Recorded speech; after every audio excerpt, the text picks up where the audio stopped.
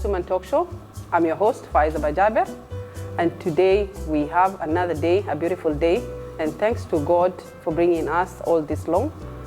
And I must say thank you so much for your support, for watching us, and your patience, to be there, to listen to us. So whatever we are saying here, it is really actually carrying a lot of weight. We are learning in one way or the other, and we want to get out of that, how do I say it, the cocoon, or not even cocoon. We come from that, wherever we are, the comfort zone, to the promised land, where everybody else actually is enjoying the fruits. We are going to be with you shortly, but don't forget to subscribe to this YouTube channel for the Costume and Talk Show. And also, let me remind you, we are shooting this program from Travelers Beach Hotel, and they have offers, weekend offers. They have a barbecue weekend for all, no alcohol, so it's for all. You're most welcome. Come and enjoy. We have DJ Masha in the house. Looking forward to seeing you. Thank you. Welcome back. Yeah, as I said, that we have two beautiful women who are sitting on my both sides. I have right, Sheila Toya, left is Leila Awale. These two beautiful women, what I should say is that, Waswahili wanasema miti. Ukitaka kujua miti, miti ndio hii. Wacha sisi ni majani tu, hii ndio miti. Thank you so much, ladies, and welcome to the show. We are here today. I don't want to say that we have particular topics we are going to discuss, but we are just going to discuss randomly about our people, our youth, our young girls, what is going on through in our lives, domestic violence, especially during this time of Corona, and many others. I think the others will come up. You guys are experts on this, so welcome. If I may start, let me start with Sheila. Welcome. Thank you for having me. Yes. Yes, thank you for having me, Faiza. All right. And congratulations. This is beautiful. Thank you, my dear. Thank you. It's for all of us. Yes. Kudos to you. Thank you. Leila? Okay, I'm glad this is my second time to be here, so I'm happy to be here, Faiza. Thank you. I remember the first time we were here. Oh my goodness, it was very interesting. And I'm happy to be back again. Thank you so much for coming.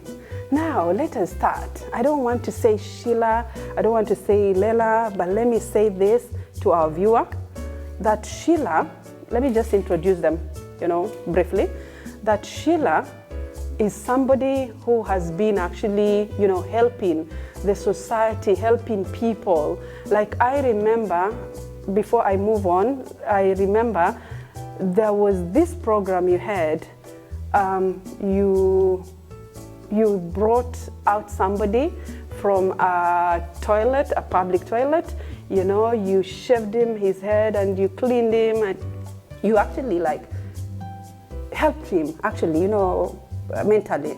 And the guy felt so good, But anyway, all in all, Sheila has done a lot for the community. That is just one thing. But she's going to tell us what she's done a lot with the community and about the community. And also, she has done a lot of mental health, programs with so many people. She has trained actually corporates. That is one thing I looked at her, at her trainings. And I always say, oh my goodness, we have the people down here. Instead of bringing people from outside this region, we have them here.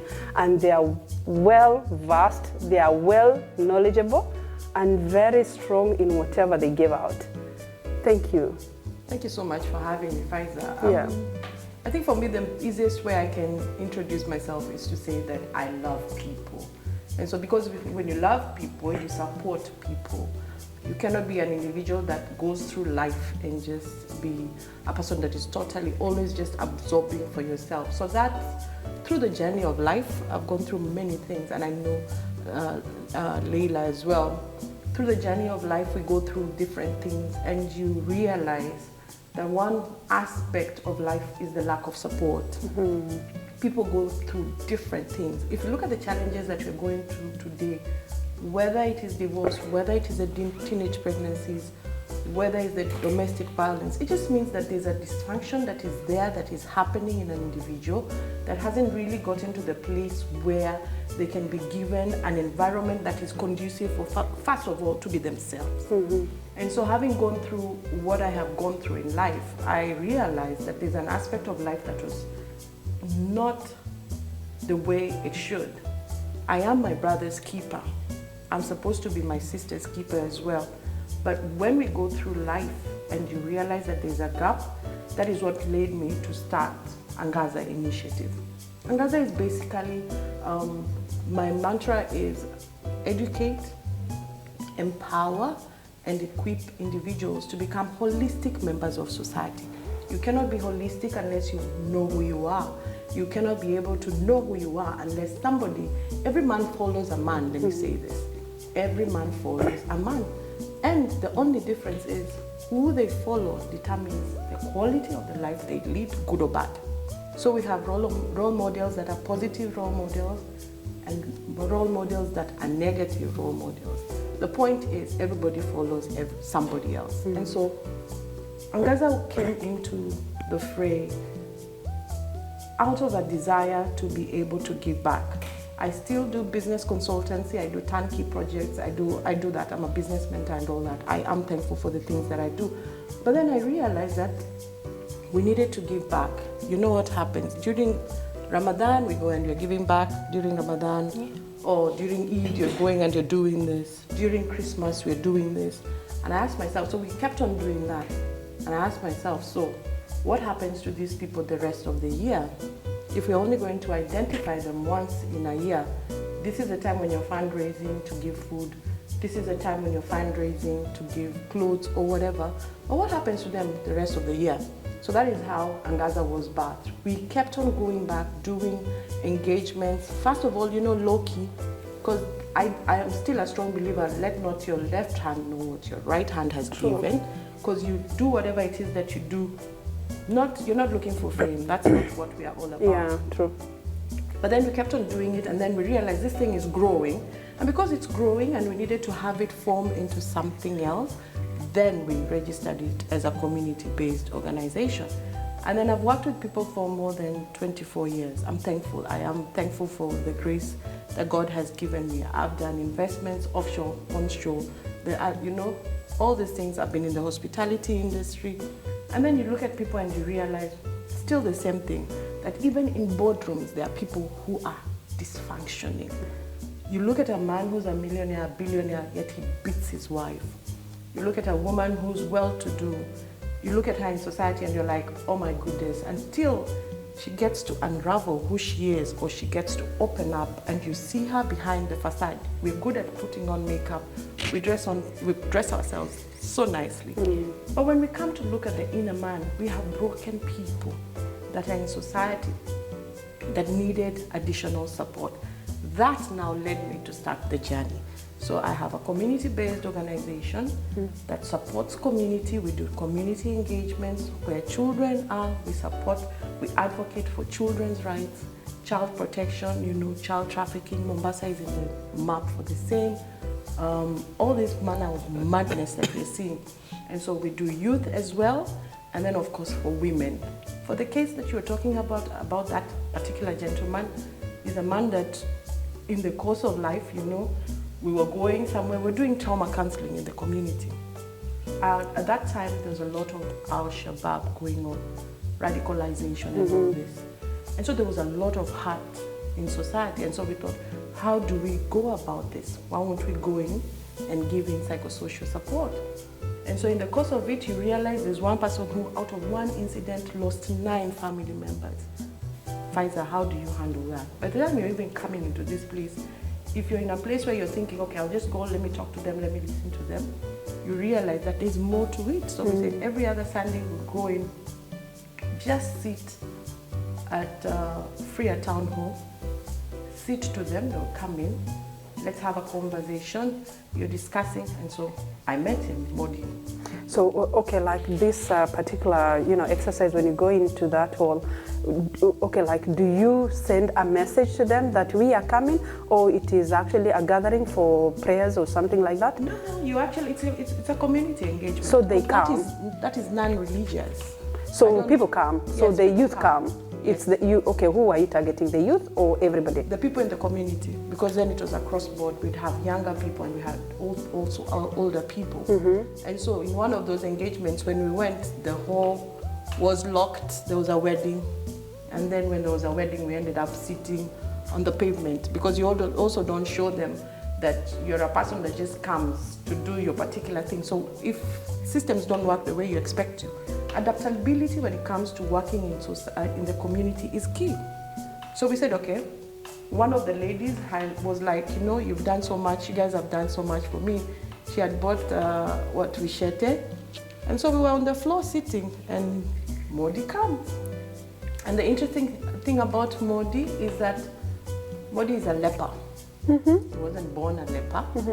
But Modi, out of his addiction, he had a pre-existing condition, affiliation towards drugs, because his mother and his father were users. Oh my. Yes. So, in the course of rummaging through, looking for how he'll get money, he stepped on a syringe that had been used by somebody who was a leper, and that's how he got leprosy. And so that's just part of the story of what it is that we do. But because I don't want to look like I'm controlling the set. No, not really, not really. Actually, we've learned something from that. We've known at least who Sheila Toya, what you've done and what you're doing, what actually, builds up Sheila Toya. Yes. Thank you, my dear. Yeah, So we'll get back to you. Let's talk to Leila also. Maybe you tell us something. Yeah, tell us what you've done for the community and all that. Because that is where we want to start, and then we get into actually those other topics. Yeah. Thank you, Faiza. I'm happy to be back again on the set with a croaky voice, but here I am. Can you pour you some water? Thank you, please. Yes. Again, my name is Leila Awale. I wear many hats, and I'm pleased to be here. This is my second time at the Coast Woman Talk Show. I'm a motivational speaker, transformational life coach. I inspire people. I love people, just like Sheila, and I think that's why we gel so well together. We're also in the same school, so we're starlets. And I've done a lot for the community. I've basically also brought up people from scratch. I've turned a musician, a chokora, to a musician. His story will be unveiled soon as well. And I've also educated a lot of people. I am on board of several orphanages, and there's a lot that I do. I don't want to take much time. My story will be out soon as well. But I think what brings us together, and what, for me, what really holds dear to my heart is the fact that I want to uplift people. I'm all about uplifting people, and I think it's a calling. For me, I truly believe it's a calling. It's a gift that, you know how you walk into a place and you're concentrating on a particular individual because you feel that their spirit is down and that they need your help. And, they just somehow, you resonate with them. And then when you finish and you come out of the room, you've motivated so many people, but that particular person that your energy focused on comes to you and says, you've changed my life by what you have told me. And 5 years down the road, they come to you and said, because of you, I am who I am today. I think that's just a gift from above. And it has led me to do more and more and more. And I don't think we're stopping anytime soon, but we're happy to do what we are doing. Leila, nowadays you've become a big name, especially in the community. When somebody mentions Leila, Leila Awale, people tend, they don't want, they've already actually known who Leila Awale is. Yeah, exactly. What do you do? Is there any magic? Maybe you. Although I have actually seen you several times, you know, talking, speaking, and I think you really move people. I think it is that, I think it's a talent, it's the way you said it, that it's God-given, you know. You get me? Yes, I understand, Faiza. They call me the serial entrepreneur. And sometimes people even forget that I'm a businesswoman because they've seen me in this new state and form that I walk around very proudly with, the transformational bit. You know, Sheila calls herself the transformational catalyst, and she really is. I commend her for that. And I think the reason we really bond together is because we're on the same path. Our journey is the same. The fact that we're able to motivate, inspire, and transform lives is what packages us to be who we are today. But I always say it's in giving that you receive. And whatever gifts that I have attained from above is simply through giving back to the community. I was raised in a small family with a lot of love. And I think it's the love that I received as a child that I was able to give to everybody around me. I think for me, your happiness means everything to me.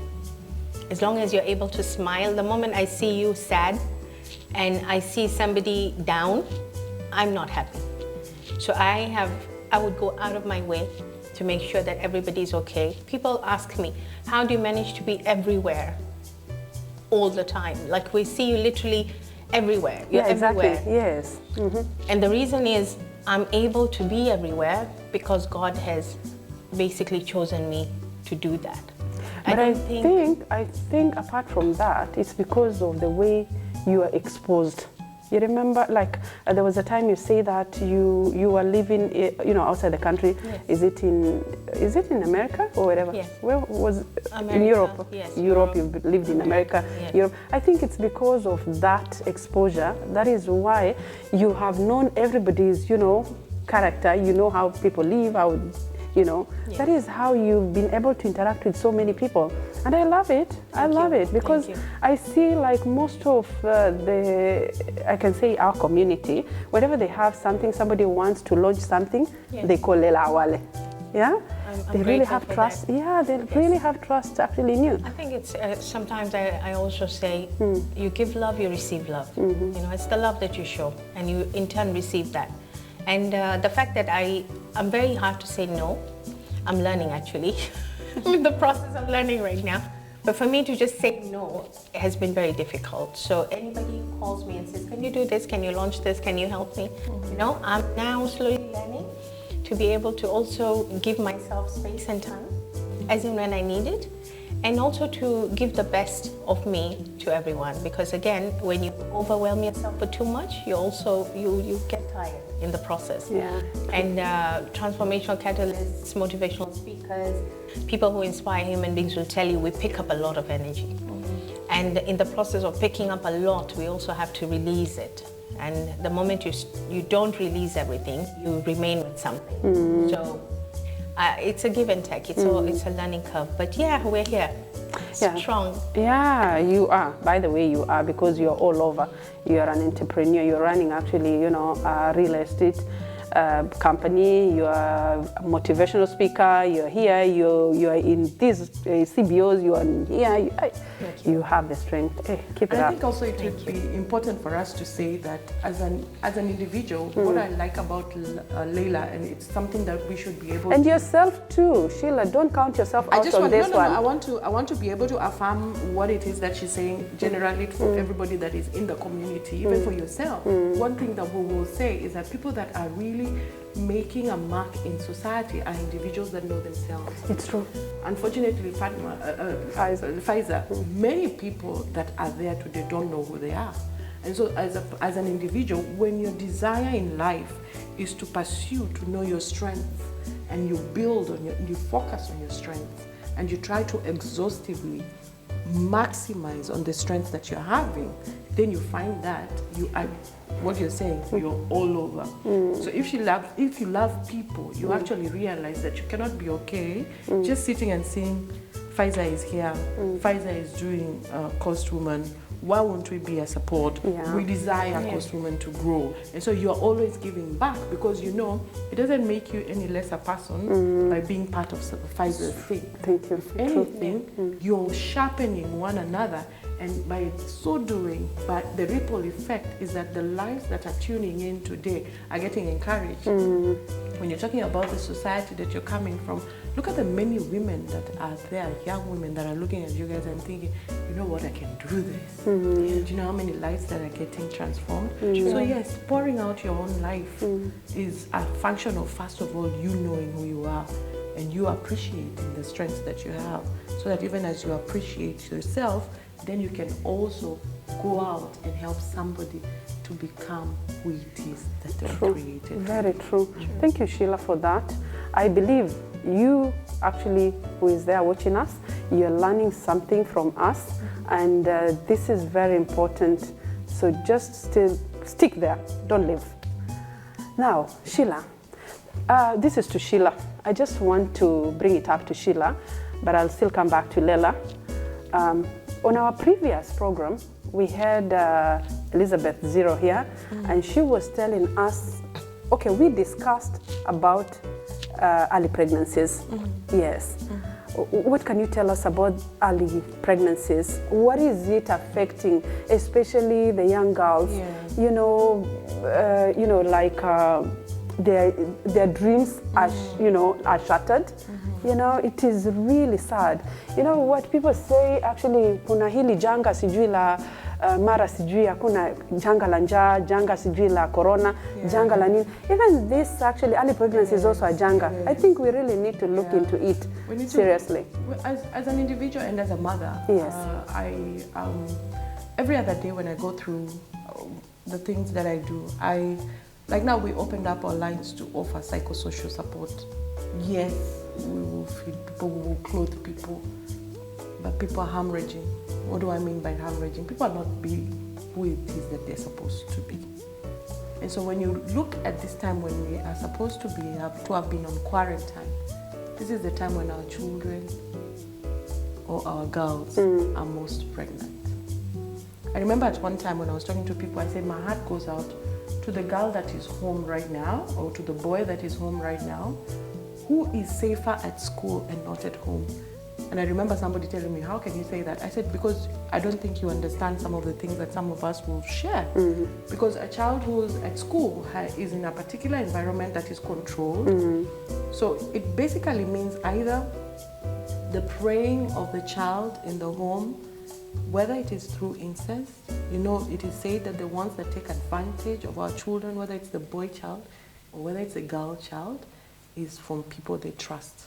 So right from the home front, whether it is a father, whether it's an uncle, whether it's a brother, because we've had cases of parents calling in that their children who are home ended up exploring, and because of that one thing or another, we have realized that some girls are pregnant.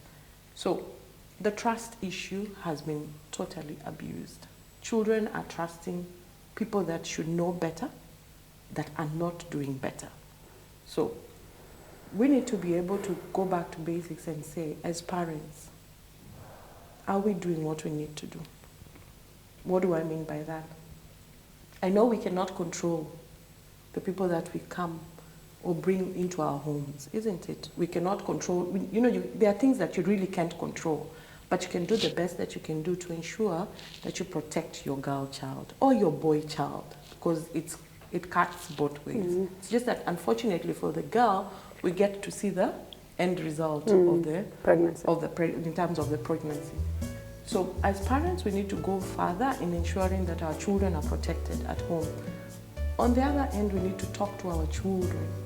I know there's been the debate about the sexual education in schools, but I implore parents, let's start talking about it at home. Let's start telling the boy child, somebody should not touch you like this. Tell the girl child, somebody should not touch you like this. A mother should have a good relationship with her child, right? A father should have a good relationship with their child, such a way that if anything happens or if anything has occurred that the parent needs to be able to know about and to deal with, then we need to deal with the same. But we need to start talking about these issues, because then there's a gap that has happened. Children are learning about sex in the wrong places. Now they have internet, access to the internet, that is, everything has been sexualized from, advertisement. You're advertising a car, you can see, so all the minds have been shaped wrongly, and how it is that they perceive sex is totally wrong. So we need to go back to the place of parents talking about these issues, irrespective of whether we're Christians or Muslims. We need to go back to the basics of now knowing that you as a mother, you as a father, have a responsibility of teaching your children. On the other end, when you think about issues of poverty, and I know there's a time when we were going into a session, and this guy the facilitator was like, you know what, with all the people, it's just poverty, poverty, poverty. But you know what, it's a fact that many of our girls cannot even afford something as basic as a pad, right? We had issues of, there's a case where there's a particular village in the north of Kilifi, whereby this particular place has no toilets. So you have girls that are exposed, vulnerable, when they are going through their menses in the middle, like let's say 4 days in a month, every other month, to have access to a toilet, they had to give sexual favors to guards in a particular place to access facilities. Now, those are the kind of situations that you're talking about. If your own home doesn't have a toilet, are you going to tell me your mother who's struggling, or your parents that are struggling, living below $1 a day, are going to ensure that you get pads? Some of our girls already are in a state of need such that they end up getting into wrong relationships just to be able to get some of these very basic things. And of course, as a society, we need to sound it out loud and say, if you realize that there's something that's going wrong that needs to be called out, as a people that are there, that are in this environment, and you know something is wrong, because we need to create safe spaces where people can be safe to come, a child can be safe to come and say, Mama Leila, I'm going through this. Why? Because they know you're approachable, they know they can come to you, you're accessible, and not only are you accessible, but you will be able to do what it is that needs to be done concerning them. So if as a society we took the responsibility of protecting our children, I think in this 21st century, what has happened, we all withdrew to our own homes, closed ourselves off from the world, ni wangu, na ushughuliki. But the problem is we are realizing that the breach that is there when it comes to parenting, when it comes to social responsibility, when it comes to now religious responsibility, because even in the mosques, this should be loaded. We were having a session with Rio, with Nasrat, and we were like, look, it's about time that Muslims talked about it, Christians talked about it, let the pastors talk about it, let the imams talk about it. Why shouldn't the khutbah be about how we should take care of our own bodies? Because if anything, we all agree that we should teach our children the right and proper way in which they should live. This is what God would desire of us, isn't it? So it has to be a collective response. And let me also say that even with the people that are there, that are the duty bearers in terms of whether it's the children's services, whether it's the chief, whether it's the head of the Mbakumi initiative, whether it is the social worker in that area, whether it's the police, it's about time as a society we rose up and took responsibilities to change the rhetoric. And of course to tell the child that has gone through that it's okay. It's not the end of the world. It's not the end of the world. We have safe houses where children can be taken in. If you're thinking of giving up the children, their children in the event that they give birth to, that these children can be taken in for adoption. The only thing I say for any parent that has experienced that, sorry, but let's see how we can be able to make the transition okay for the children that have gone through that. But let me ask you, we only actually discuss these things on these platforms. Have you yourself actually gone down into the grassroots and maybe? I'm in Junda every other Tuesday. We talk to girls. We talk to them about, let's talk about self-esteem.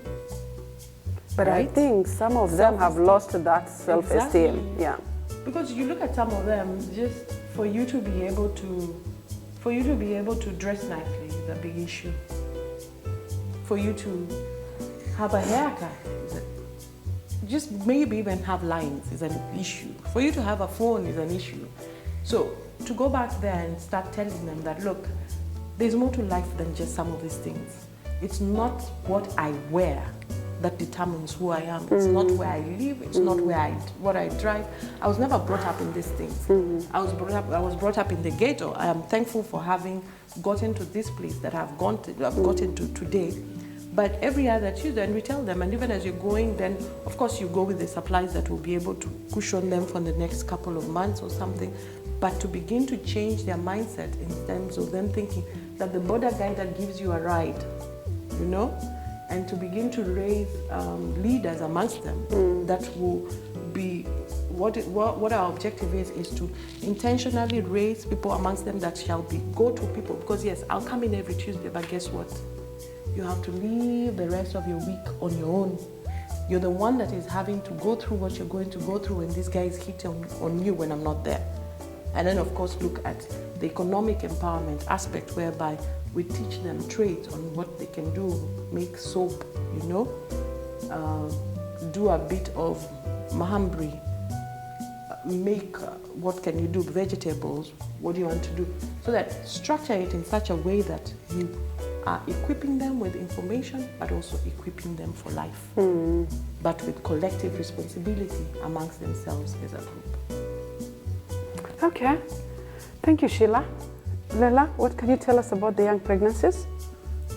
You know, there's a... Maybe you've heard of any case? When Sheila was talking about it, I was remembering this letter, that the suicide letter to the parents. And she says, you were never there for me. Yeah. Remember that? And the uncle was always around, uncle. So he was the one satisfying my desires and needs and everything, you see. So again, it boils down to how much time do we spend with our children? You know, how much, are we so busy in our lifestyles, and are we so busy in our lives that we don't have time to, because when you raise a child from the time you've given birth to them, you have time. What goes wrong and where? And what happens, you know? And I think it's, for me, my daughter was crossing yesterday to South Coast. And I told her, I'm on the phone with you every 15 minutes to find out from the time you left, up to the time you arrived, up to the time you're on the ferry, up to the time you come back. Why? It gives her the assurance that my mother cares, that she's aware of my whereabouts. She's concerned about my safety. But we don't do that. And once you give them their space, that space becomes somebody else's space for occupation. And it can either go positive or negative depending on who occupies their spaces. And I think this is very crucial. It's getting worse. It's very sad because we're all, you know, as parents, we feel it. And when you start looking at the news every other day, it's so sad. I think we have a lot of work ahead of us. There's a lot more we need to do. And it's time to really highlight this plight because it's really becoming scary. Yeah, it is scary. But I just want to ask, both, why do we talk of poverty? We always talk of these early pregnancies to those people who are actually, you know, like in the rural areas. Are these cases happening in towns? Yes, they are. Yes. They are? Yes, they are. Now, if you tell me they are happening here, there's no poverty here. Poverty is there. There's no poverty here.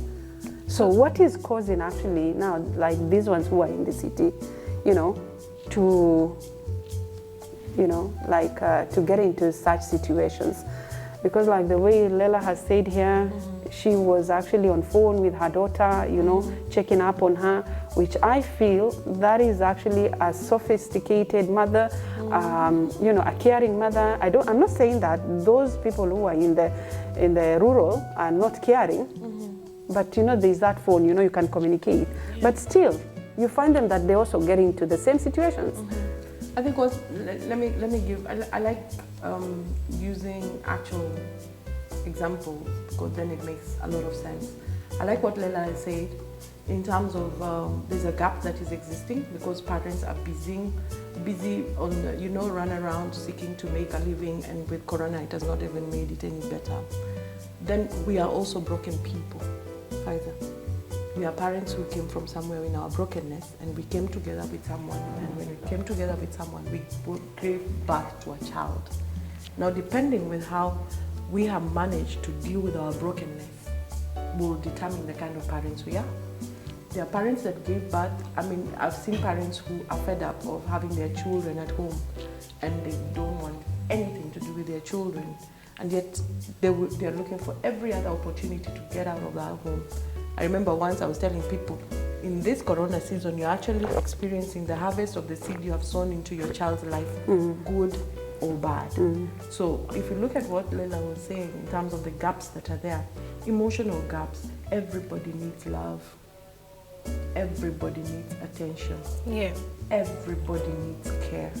And when that is not there, a child will always look for that. A girl will look for that. The boy child will look for that. And there will be somebody who will respond to that need. There are others that are naturers by, you know, just naturally they are naturers and they will nature. And there are others that are abusers and they will abuse.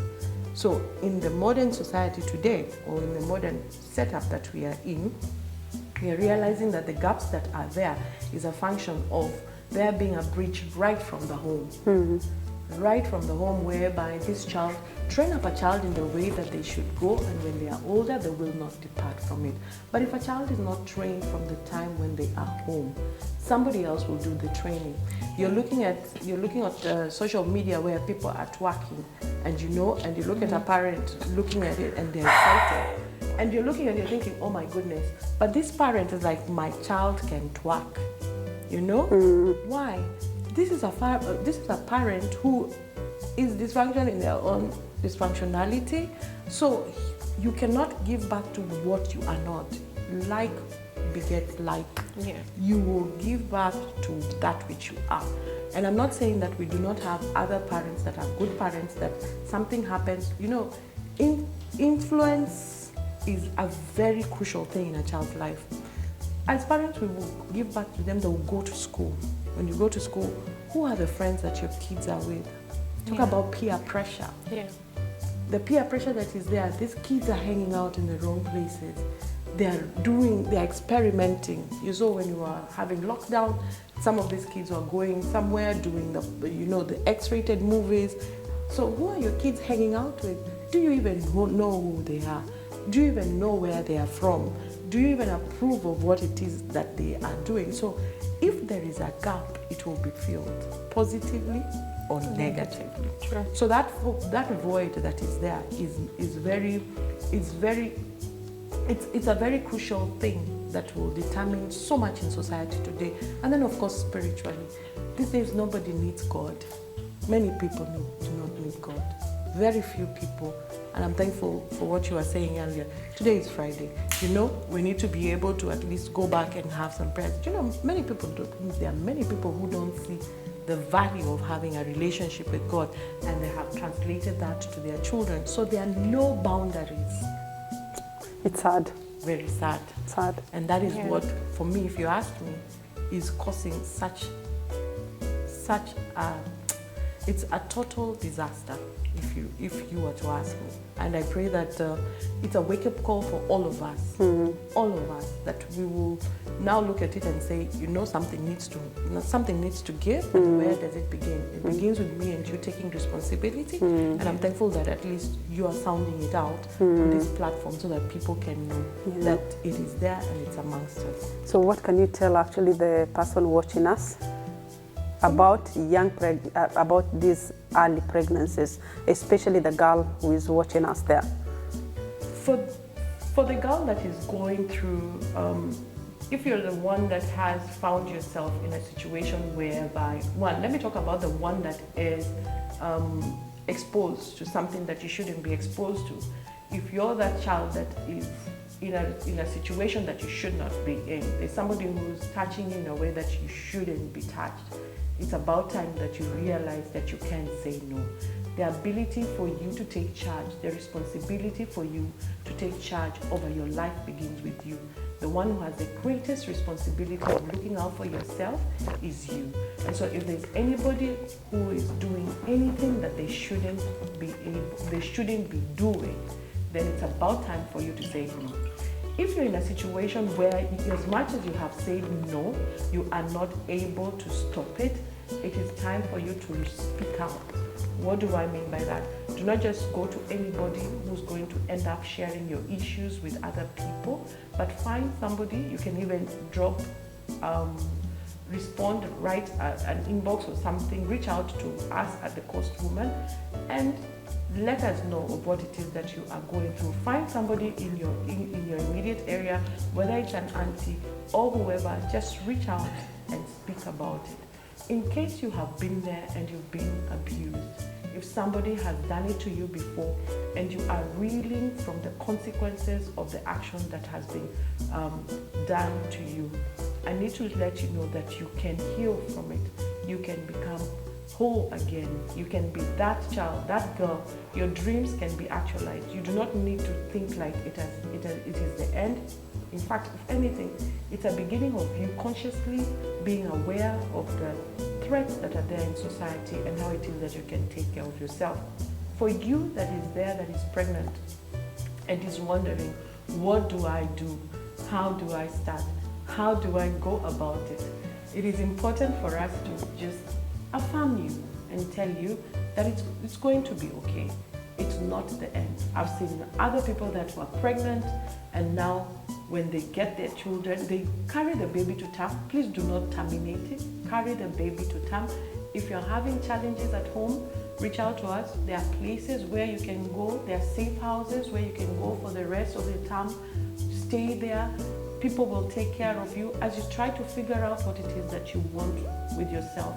For any mother or any father that is going through this situation, you have a young child or a boy who has made another girl pregnant, or you have a girl that has been made pregnant, may I just tell you, it is okay.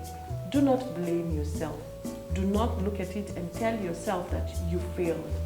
Understand where it is that whatever went wrong, if it is somebody that is there, that is in your immediate environment, that is responsible of it, over the same, take the necessary course of action. I think the biggest state of injustice that a girl can go through is to find out that they were abused, and then in the event that the abuse has occurred, and as a parent, you do not take the responsibility to fight for the rights of your child. Do not, and I will repeat, do not agree to have, the external settlements that people are doing. Have it reported, have it in such a way that the state is aware, because if at all, I know I speak on behalf of the Children's Department, one of the biggest mistakes you can do is to enter into a state of having an agreement concerning the same. Let it be known that this was an abuse case. Let the person take responsibility, and then, of course, let us see how to help your child. So heal through it, make the necessary corrections that you can as a parent, but most importantly, let us support that child to be the best that they can be. Thank you so much, Sheila. Thank you so much. That is a very powerful advice, a very powerful message. Please grab actually that message and make sure that you put it into actually, action. If I turn to Leila, I just want Leila to tell us, nowadays, now we want to be out of the early pregnancies, because Sheila has already told us a lot about the early pregnancies, and we have noted, I believe that all of us will carry this message to everybody, to understand and to learn where we are and where we are supposed to be. Thank you so much.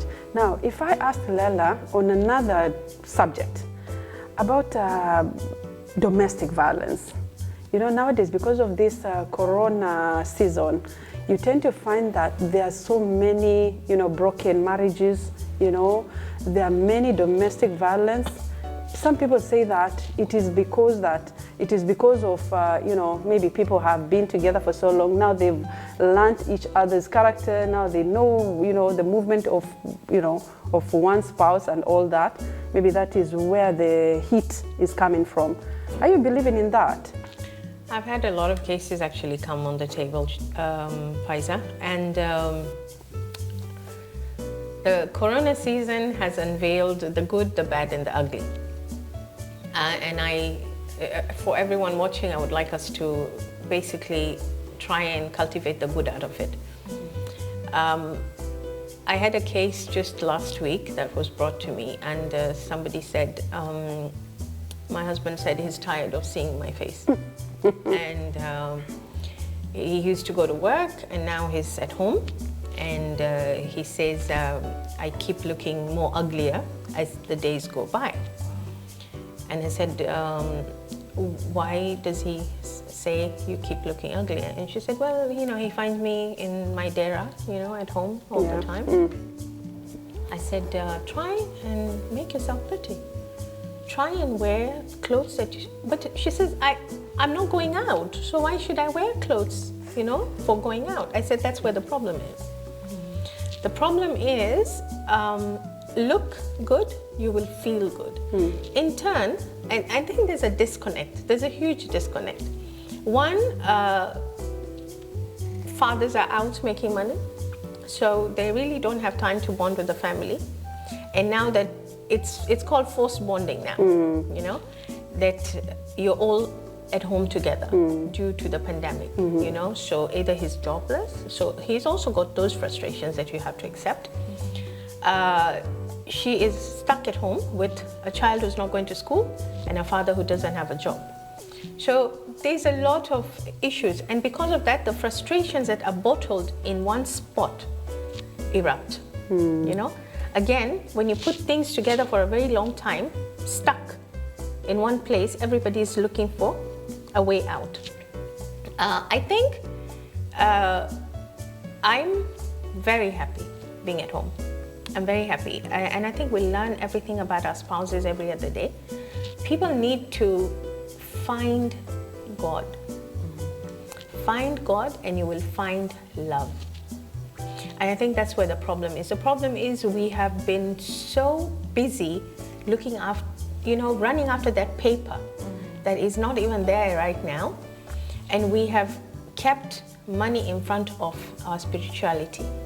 We have kept money in front of our ethics. We have kept money in front of our morals, our disciplines, our principles, our way of life. You know, when you're given a husband in your life, it's a responsibility. When you're given a wife in your life, it's a responsibility. When you're given a child in your life, it's your responsibility. How are we all going to work together? How are we going to... I need to know what makes Faiza happy. I need to know what makes Sheila unhappy. I need to know what tickles KB's taste bud. I need to know what can I do that will make my husband be closer to me. What can I not do, you know, that I know my wife dislikes. And I feel that we're making it as complicated, but it's not. The reason domestic violence is hitting its peak is because we can't stand each other in the same house. It's because we're frustrated because we don't have a job. We're also frustrated because we're spending more time with the one who's legally ours and less time with the one who's illegally ours. See, these are facts, and these are things that need to be on the table. They're open, there's nothing to hide. Viewers out there, many know that you're doing something right and you're also doing something not right. And the fact that a few things are not in your reach is making you see what is in your reach as, you know, not the right thing or the right person, you know. So I want to say, let's cultivate love. Let's accept one another for what we are and who we are. Let's just bring back love, you know? And there is no need of somebody leaving their parents' home to come and get frustrated in another house. There's no need for domestic violence. We can solve issues by just talking and listening to one another. You know, why does somebody have to raise a hand on you to make a point across? If I want to explain something, do I need to raise my hand for you to understand what it is that I don't want you to do or what I want you to do? I don't think so. So I feel, you know, we need to embrace the good out of the pandemic and not let it dwell us deeper in trouble that we already are in, yeah? But I think all in all, what we need to say is that also to add to that, okay, both women and men need to be patient, you know. They need to be patient. But although when you look at it, women are so nagging sometimes, you know. Yeah, you know, you have your husband there, you're there nagging, you know, like I remember seeing another clip, yeah? There is a lady who was singing, you know, I don't know whether it went viral, that yes, it's like now you are here, you have to help me. You know, she's singing at the same time, you know, telling, it's like she's passing a message to the husband.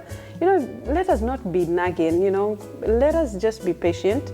We shall overcome this period. Yeah, because the families are actually built by everybody, not just actually like one person. That you're depending on your man to be the one actually, you know, to put this family together. As women, I'm talking as a woman. Let us, you're a woman there watching me. Please be patient. This shall overcome, and we'll cross over it. You know, together. Understanding.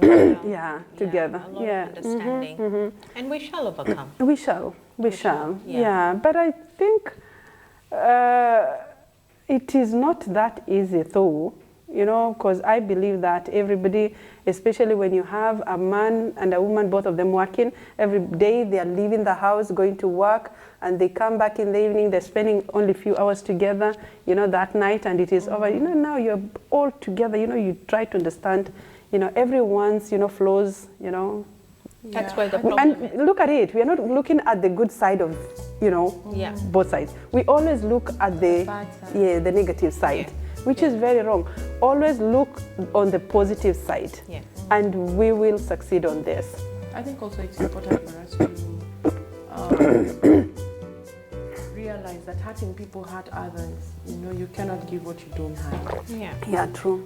If you have a lot of hate inside, you'll only give hate. Yeah. If you have a lot of love inside, you'll only give love. If you have a lot of darkness inside, you'll only exude darkness. And if you're full of light, you will also give out light. And so what people need to do is to really turn the mirror inward. We keep on saying, every time you point one at someone, the rest four are pointing at you. Yeah. You know, you will only see, tunasema, nyani yaoni. Yeah. You know, he doesn't see his own backside, but he will laugh at somebody else's. It's just how red it is. And so it's about time that you began looking at it and telling yourself, as a person that is in that situation, that you're feeling that you're being abused, because there can be emotional abuse, verbal abuse, you know, mental abuse. These days we even have economic abuse, you know, when the guy decides he's not going to give you money. You know, the father who's supposed to be supplying is not supplying. And so we just need to come back to the point of understanding that, look at yourself and say, how can I handle this differently? How can I see this differently? What is it that I can do? If he comes when he's upset, if he's upset and you're upset, of course they are bound to be feasts. If these children are there giving you trouble, try and manage the children, you know. If the wife is busy doing the chores, try and manage the children as the husband. Don't just say, watoto, unajua. Because we try to really separate some of these things, and yet all of us, the children are our responsibility. If the home is the environment at home is conducive for everybody will be happy. But guess what? It is me thinking that it's my time. You're thinking it's your time. He's thinking it is his time. So everybody is just every man for himself, but God for us. Yeah. For us all. And that is where we forget that we are all on one side. We are all on one team. We are all on one. We are all pushing towards the same goal. That we desire to bring the best children into society. We desire to be the best people that we can. We desire to have thriving businesses. We desire to have thriving, all these things we desire. But we're forgetting that the most integral part of that process is you being whole, being balanced, being okay, such that when we come together, you're not dysfunctional. Yeah, true. You're operating in an element of being okay. You're okay. I'm not talking about being perfect, but you're okay. You're in charge of your own space. You're in charge of your own emotions. You're in charge of your own mental, your mental health. You're okay. You can think, you can rationalize, you can see things through, and you have a corresponding action that is positive no matter what it is that you are going through at any particular time. And of course, the issues of money, because money also is a big issue. If we can effectively communicate and say, we were having 100 shillings, now we are down to 10 shillings. What do we do? Can we scale down to 10 shillings and let life move as well? True. Anyway, I just want to ask also another thing to Leila. You're coming up, this is now something actually now personal. I'm not saying personal being too personal, but let me now get into personal. You are starting up a project. Maybe can you give us a hint on the project? Because I've seen it actually, you've posted it on Facebook, it's on Instagram, it's everywhere. Maybe just a hint. Yes. A hint of the same. I would be able to, yeah. I'm on television, so yes, it's going to be out here. Yeah. Sheila has been part of my journey, so she understands my dreams. And so do you, by the way. So yeah, Leila Awale Reveals basically is, I've launched my brand. The brand is out. Congratulations. Thank you very much. I was supposed to do a launch, an official launch, but because of the pandemic, I'm forced to postpone it. But having procrastinated it for some time, I think it's finally time for me to launch Brand Leila. Brand Leila is also happy to announce its first initiative, which is the Mama Leso, Valisha Mama Leso initiative, which is now coming out tomorrow. So I'm going to go door to door asking people for lesos. So I would start with you two. And everybody in the house to give me a leso. Valisha Mama Leso is a very dear project to me, and I have spoken to a lot of women in the villages, and everybody knows how vital a leso is and how many roles and functions it plays to just have one leso. It's a brilliant idea. That one leso you can carry a baby with, you can make your bed with, it acts as a prayer mat, it also serves in the burial purposes, and so many. So yes, and I have 2-3 projects in the pipeline as well. So I'd like to keep those surprises out, but I'm finally launched out now. I'm so happy for you. Thank you. And I'm praying actually for a success. Thank you so much. I've got a good support system. And we will support you. I'm really grateful for that. I've got people like yourself, Sheila, I've got Sophia, I've got Madiha, I've got so many people that I can't mention here. And they have pushed me to be who I am today, to be where I am today. And I'm just grateful for friends, family, and life. I'm grateful. I wish you all the best. So that's what Brand Leila is all about. We will be with you. We'll walk with you on the same journey. I know. Yes, count on us. Thank you. I know that for a fact. Thank you. Sheila. Beautiful logo, by the way. Yeah, by the way, yes, it is true. Thank you. I even said it actually to somebody, the logo is beautiful. Thank you. Yes. I love it as well. Yeah, it's beautiful. Yeah. Sheila, tell us briefly. Yeah, let me say briefly because of the time, yeah? Yep. You had a function, was it last year? Last year but one. The Angaza, the one you had at For Jesus. And it was about cancer. It was something to do with cancer. Yes. Can you tell us briefly, why cancer? Is it something maybe somebody in the family is going through the same, sorry to say this, but I just felt I should ask you. That's okay. Yeah. For every one of my projects, Yes. I don't just do projects for the sake of, but it is in response to a need. This in particular case was my own need. So I woke up one morning, I call it my breast cancer awakening. I woke up one morning and my breast was not the way it should be. So that is in response to my own journey. And so as a result of that, I went through, of course, going, realizing that you have a breach and your breast is acting up, and going into hospital, getting the tests done, and having yourself tested and realizing, okay, I stopped saying it was a scare. Now it is an awakening, because it awakened me to the fact that many people go through trying situations, and the trying situations are very, very costly, because then if you're in a system that is ill-equipped. So the pink movement is a function of the gaps that I saw out of my own journey, and as a result of the same, I also found other people that have gone through similar experiences, and so we've rebranded it to Naishi. Naishi is because after we did the first ever breast cancer survivors run, we called it the Survivor Runway, and I'm thankful for your support as well. Leila was there, and we had women that are we call them breast cancer lifers. They are living with breast cancer or they've survived breast cancer. And so they were on the catwalk. Different fashion houses dressed them up. It was beautiful. It was a beautiful experience. And so we rebranded it to Naishi, because we had many other people who would want to be part of it. Men who have lost or are having other members of the family going through cancer, so that we say it's Naishi Runway, and then we'll do Naishi concert, art with a cause. Okay. Lighting awareness of how to prevent cancer, not necessarily just breast. Of course, we needed to have an entry point because of breast cancer, because of my own experience. But you realize that out of doing what it is that you do when it comes to breast cancer, you basically also minimize your cancer experiences and everything else. Oh, yes. okay.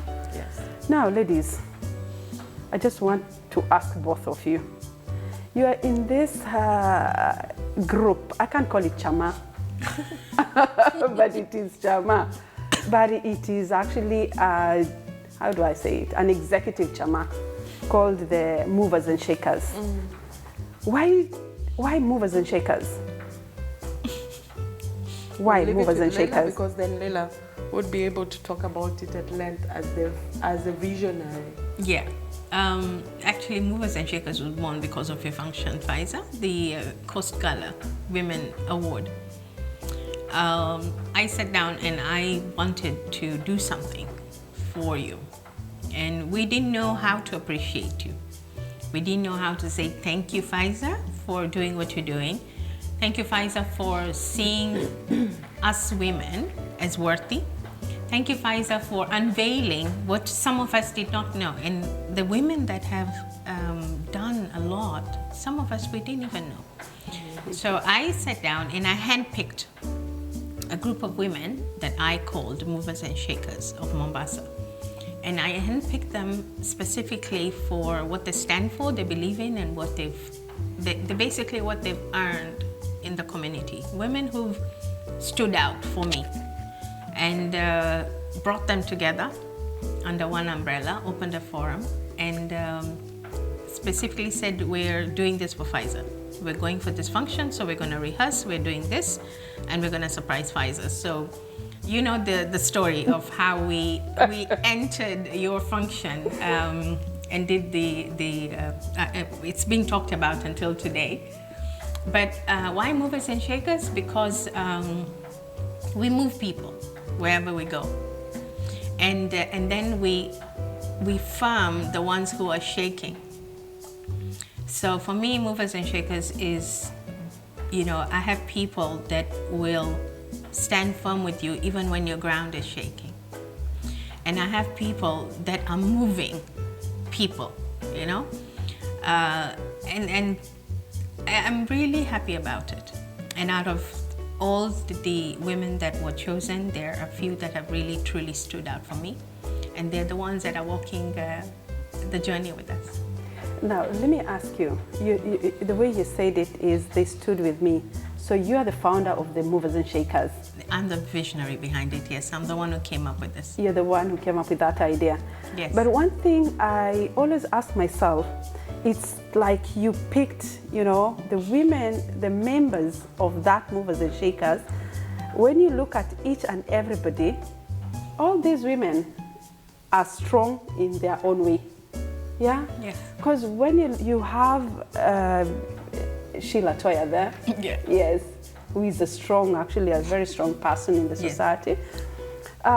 You have, I can mention a few, the ones I know actually. You have a politician, more so a politician, Martha Yes. Koki, and she's also an entrepreneur, a big entrepreneur. She's built actually a big empire, you know, of her own. Yeah. And she's done a lot. Are you looking at particular, you know, things, what people have done? Because you have Dr. Lul also in the same group. She's somebody actually who is also big in the society. Yeah. I can also, you know, like pick, what is her name? There's somebody else. The few people who are there. Lorna, Yeah. yes. Lorna is actually another big Naomi, entrepreneur. yeah. In fact, Lorna, what Lorna is doing, oh my Yeah. goodness. You know, what she's doing, I can say that the field she's in, that is actually a male field. Yeah. But imagine she's really doing it fantastic, you know, When I at her best. When I sat down and I zoomed So in, you're picking, you know, like top women. Why is it because, why? oh, I know. Yes. I have been asked that before. Why Yes. have I picked this particular women? I picked this particular women based on their traits and their success stories, and bring them together on a platform so that we're able to do something more for the society and the community at large. Movers and Shakers is coming up with projects. I have a vision for Movers and Shakers, and at the end of the day, you can pick 20. And may probably remain with 5 at the end of the day, but those 5 are going to move something. And the reason I picked, you know, people will say, why didn't you pick the reason I picked the creme de la creme is because when we bring all of us on one platform together, we're able to do so much for the community at large. We're all doing stuff in our own individual capacities, but bring us together on one table and see what we're going to unveil. And it's coming. Because that is a very brilliant idea, because now look at the heads you're putting together. You see all these heads, I've just mentioned a few, but if you come, the whole group, you have Mariam Pata also in the same group. Yeah. And I'm actually, you know, saying that whoever came up with that idea, that person must have thought deeply and seriously about this, because I can feel that, you know, you can even actually, you know, like move, you know, this region, you know, to another level. Because now look at, you bring your head together, yours, the others, and all that. What you're going to come up with, it's going to be like a blast of Lebanon, sorry to say that. And I think also, maybe it was also, for me personally, why I agreed was that to rise to the occasion and tell people that you as a coastal woman can actually be a person of relevance, of significance, and not just for yourself, but for other people. And you know, when you look at all these ladies, each and every one of us has a story. Yeah. And so you can also be a hope, an inspiration to somebody else, for them to look at your life and say, me too, I'll get there. Yeah. So the fact that to come together for a commonness of purpose, basically to add value to the girl child in the coast region, and God willing, the rest of Africa, if He allows us to still be here, we can bring forth transformation and really see communities change. For me, that is one of the biggest reasons. In actual fact, what I would like to tell the person watching us, this is a group we all need to be actually looking at. Look at their projects, what they are doing. Look at the activities they are doing, and they all do it together as a group, Movers and Shakers. it is just that we don't have time, you know, for them to give them the time to tell us the projects they've done, but they've done big projects. I believe next time we'll invite actually like all the whole group. Yes, let them come and tell us the projects they've done. It will inspire all of us. I'm already inspired. I'm always inspired by movers and shakers. It's just that maybe I've not been given the chance to be in that group. Oh my goodness, I don't know. Maybe I've not actually reached to that level, but I'm working so hard to get there. I'm working so hard to get there. To qualify. You birthed it. Qualify. You actually birthed movers and shakers. I think don't discount yourself out that fast. Imagine you really moved me during that the function we had for the Costuman Awards, and you really shook me. I was in tears because I didn't expect it. Oh my goodness! Thank you guys. Thank you so much. Thank you so much. Thank you for having us, Faiza. Yes, I just the last part. Yeah. Sheila, in your whole lifetime, the journey you've been through, is there anything which has broken you down and you say that, no, I can't move from here. This thing has finished me, this thing has killed me, and that thing has made you cry, you know, like never before? Just briefly, tell us about that. I've been bankrupt. Okay. And just because of community engagements, and I like what Leila said, there's a time in your life when you have to say no. You keep on giving until you can't give no more. And so sometimes I've learned that I can't save them all. I can't help everybody. I will do the much that I can do. And when I cannot do anything, it's okay that I cannot do anything. I don't need to prove anything to anyone. I need to be able to just walk my journey and walk my path. Everybody has their own shoe size. And for as long as my shoe fits just right, I don't care about anybody else. So yes, recovering from bankruptcy and really just... it made you cry. It's not an easy experience that you have lived the life you have lived, you have done the things you have done, you know who you are, you know have what saved. You go down what is in your savings. You actually have no money. You have no money to do nothing for anybody, or even not even for yourself. And so to begin again, and I think also it helps you to appreciate the value of money, because then if you're a person who always makes money, you're always assuming that you will make the next million. If you can do it just like that, there's always the presumption that there'll always be tomorrow.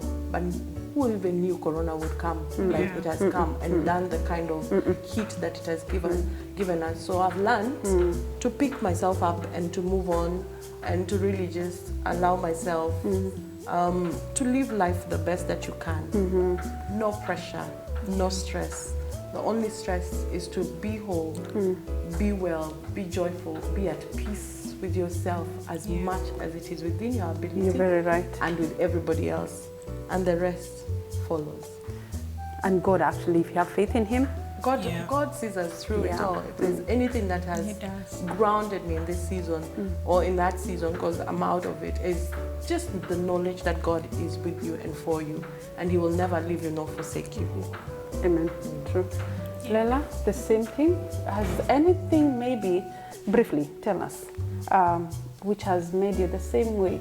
You know, you just felt you're finished, you're down, you're out.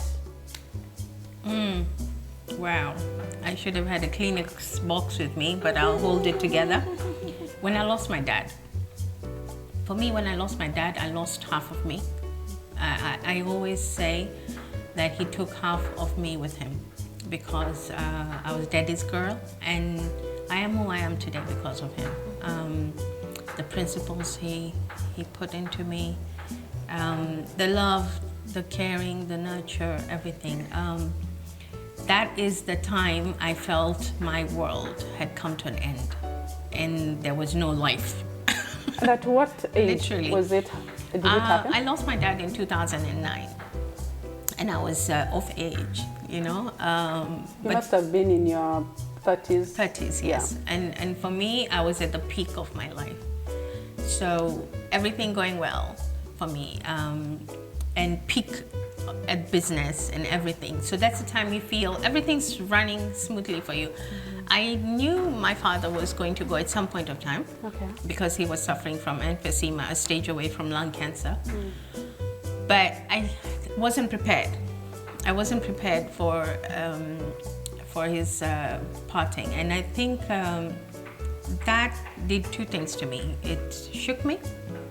It brought me rock bottom, but it also took me up again. And I'm living his legacy. I'm really proud of that, and lots of good things have also come out of that. So yeah, we have moments like that, and back on the ramp. But I always envy. Okay, like you've had time with your dad. I didn't have time with my dad. I lost my dad actually when I was 11 years. Yeah, you see. Yeah. Whenever somebody talks of her dad or his dad, you know, at a certain age, you know, you've spent time with him, you know, I always feel, you know, I envy that person that at least you know, you have the memory, you know. But for somebody like me, I don't have that memory. I don't have. Yeah. But you're lucky. I always find you to be lucky. Thank you. I was the unlucky one, but although I'm not actually saying this, you know, to discredit God, He has His own reasons to, you know, to put us wherever we are. True. Yes. Very true. Yes, I really never thank makes Him. a mistake. Yeah, all and He things has, always work together for I'm good. grateful and thankful to Him because He has brought us all this far. Very true. Yes. Thank you. I pray for His Thank you. inshallah. Yes. Thank you. Allah I know keep him in he's safe place, inshallah. he's proud where he is. Yes, he is very proud. Of course, you're a big name. Leila Awale is a brand name, a big name. Thank you. Please keep it up. Thank you so much. We've come to the end of the program. Thank you so much, ladies. Thank you for Thank you so much. Thank you for having us. It's been a pleasure. You've given us actually a very powerful, I must say, powerful messages to our people. And I believe whoever is watching us, you have learned a lot from us all. And we are grateful and glad for you to be here with us, and looking forward to being with you next time. We are shooting this program from Travelers Beach Hotel. Yes, they have opened their doors. You're most welcome. Stay safe, and may God bless you.